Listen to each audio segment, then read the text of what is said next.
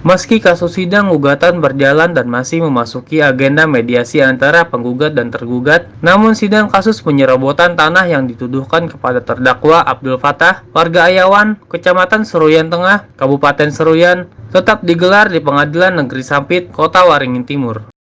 Dalam sidang perdana yang mendudukan Abdul Fattah di kursi pesakitan Pengadilan Negeri Sampit Rabu lalu, Ketua Majelis Hakim Ike Liduri mendengarkan tuntutan jaksa penuntut umum. Dari Kejaksaan Negeri Seruyan, Sindu Hutomo mendakwa terdakwa telah melanggar pasal 92 ayat 1 huruf B tentang pencegahan dan perusakan hutan.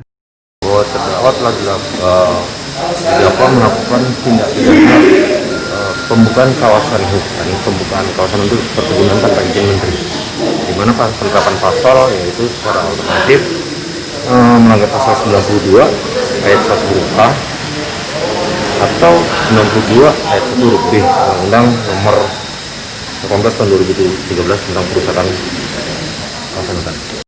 Sementara itu, menurut terdakwa usai persidangan membantah semua dakwaan yang disangkakan kepadanya. Menurut terdakwa, sebelum menggarap lahan tersebut, ia membeli lahan seluas 12 hektar kepada petani setempat, lengkap dengan surat kepemilikan atas tanah dan memasukkannya dalam program Tora tahun 2018.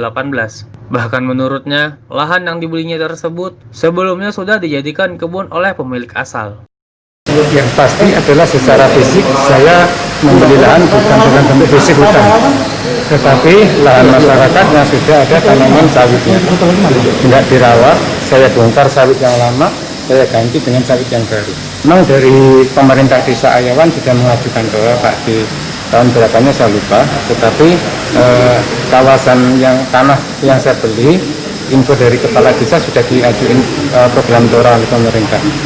Kalau saya, karena saya merasa saya tidak merusak hutan, tidak merambah hutan, tanah yang saya beli juga ada surat legalitasnya dari SKP yang dari desa, juga sudah membayar pajak bumi bangunan, jadi saya minta dibebaskan. Seperti diketahui, kasus ini mencuat ke permukaan ketika Abdul Fattah ditangkap petugas Satuan Polisi Kehutanan Reaksi Cepat Porsi Kalimantan Tengah saat sedang menggarap lahannya sendiri yang dibeli dari warga setempat Oktober 2020 lalu. Alasan penangkapan terdakwa karena dituduh melakukan perusakan hutan. Padahal, lahan tersebut milik terdakwa sendiri yang sudah masuk dalam program Tora 2018 dan sudah mendapat izin dari Bupati setempat serta Gubernur Kalimantan Tengah. Dari Sampit, Kota Waringin Timur, Beben dan Oden, Banua Pos TV melaporkan.